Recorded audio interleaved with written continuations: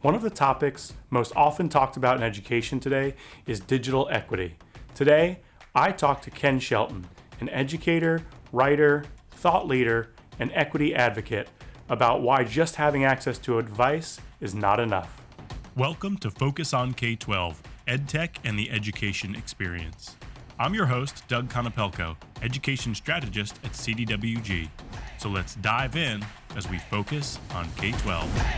Hi, my name's Ken Shelton. I am a Los Angeles-based educator, author, soon-to-be author, speaker, consultant, advisor, technologist, educator. I like to have as many titles as I possibly can. Oh, that's great.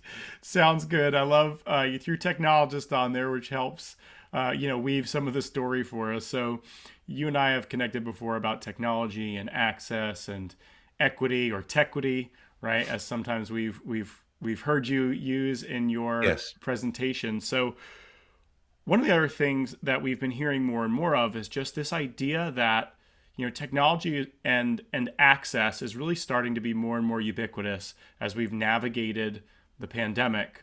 But you're saying that that's not really enough, right? The technology itself isn't enough. So tell me a little bit more about that. Yeah, it's interesting how, first of all, the acceleration in the adoption and implementation of various technologies as a result, of COVID, when I want to say you and I actually have even talked about this. You go back 10 years ago, and there was such a large percentage of resistance to technology in general, between it costs too much, or, the kids are already on devices, or that's not necessarily going to be representation of real learning. Or my favorite one was, if you give the kids a device, then who knows what they're going to be doing on the device. And, you fast forward to now, and not only is it truly a necessity, but to the point that you just mentioned, my question is that, okay, if you have been in a position to where you could acquire technology and you've put various devices in the hands of students, that's not enough. You got to be mindful of the type of connectivity that students have in the home, assuming they even have connectivity in the first place. So, the whole idea around just simply putting a device in the hands of a student it's not enough. How is it empowering that student to be more efficient with their learning and utilize different mechanisms to represent their learning? Sure. And I think one of the nice things lately has been that we've had more of a spotlight to shine on the access issues that we see around the country, and some of the interesting solutions that have come out of the idea that if we're giving a device to every student, then connectivity is a must-have. So finally, districts are working in partnership with their local community, with their county, with their city, and we're finally seeing some of these partnerships forged to solve this connectivity problem, which is really complex. And we talk with and work with these school districts around the country who remarkably have a lot of the same issues despite serving very different populations of students, which includes, we talked to a district up in Virginia that one half of their county is almost Washington, D.C., and is very representative of what you would think of Washington, D.C., but the other side of their county is very rural and has even pushed back against having connectivity in their homes up until this point.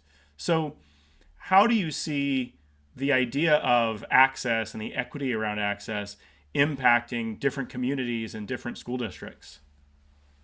I'm actually quite fascinated with that, because that example you just shared is a microcosm example of the larger context, around geographical differences, ability to identify varying needs.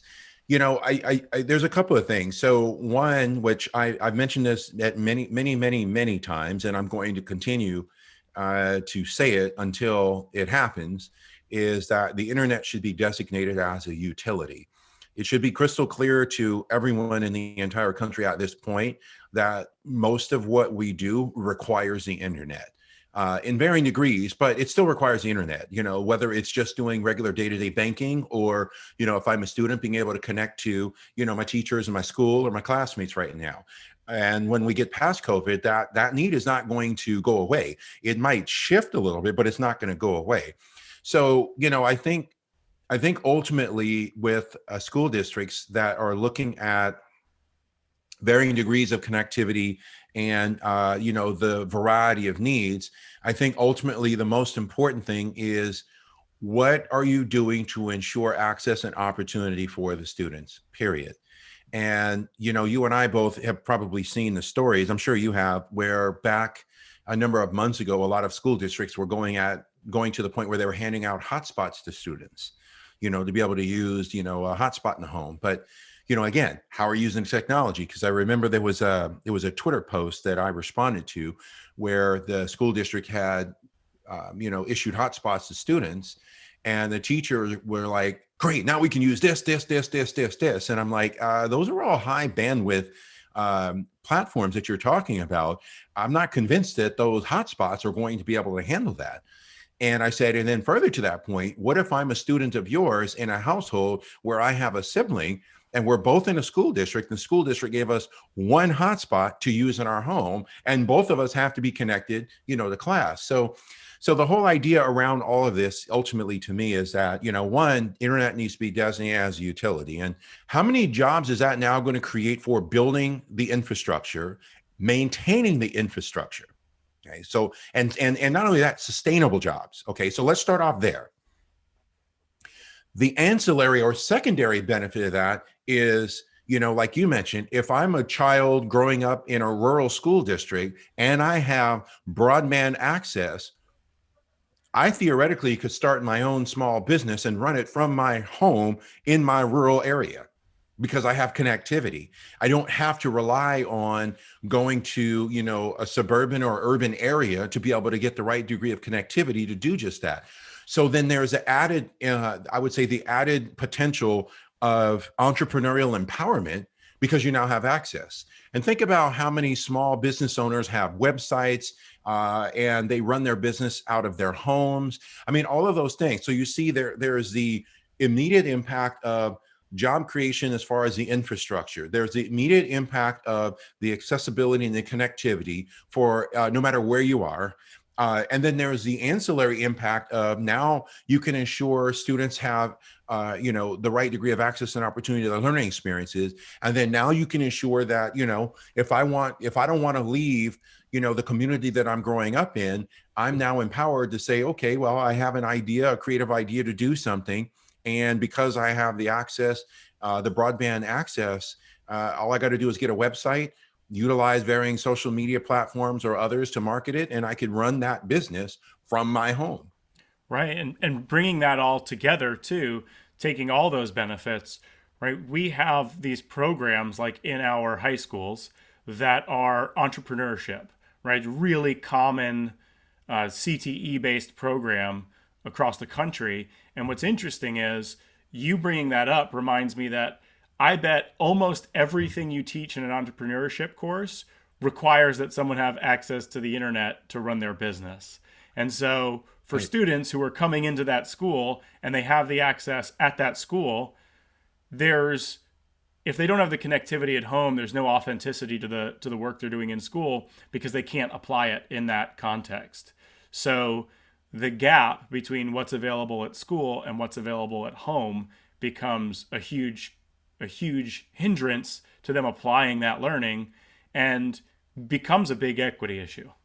It does. And I would even add that, like you just said, how much, if I want to start a business, how much can I do that doesn't require the use of a device and connectivity? How much can I do? See, it needs to be a utility, period. And you and I are talking about what I would say is probably um, a lower likelihood that it's going to happen with any degree of regularity. And that is, a student says, I want to start my own business. What it really connects to for me is when you have the access and the opportunity, what does it do for your learning? How might it accelerate your learning between having, access to narratives that don't exist either in the school or in the materials you use, being able to connect to, people that aren't within, a geographical proximity to you, being able to, I mean, my favorite ones, being able to tell different stories. I mean, I remember several of my students when I was in the classroom, they had a high desire of working in Hollywood. And, this wasn't too long ago where I said, look, you know what? You don't have to play the games of jumping through the Hollywood hoops.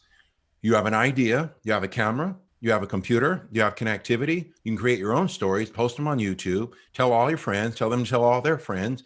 And then if you get enough subscribers and get enough viewable hours per quarter, you can have a monetized YouTube channel. And you don't need permission from someone else to tell your story.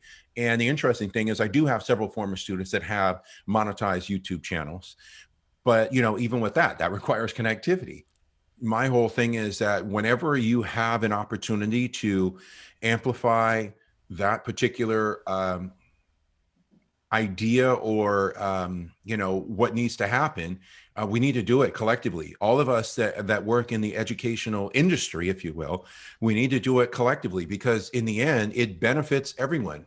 Of course, my focus on how does it benefit the learner, but there are plenty of businesses. Think if I run a business that's an educational solutions business, how much more, how much of would I be able to not only be responsive to, but expand my clientele if I know for sure that all of my clientele has the access and the opportunity?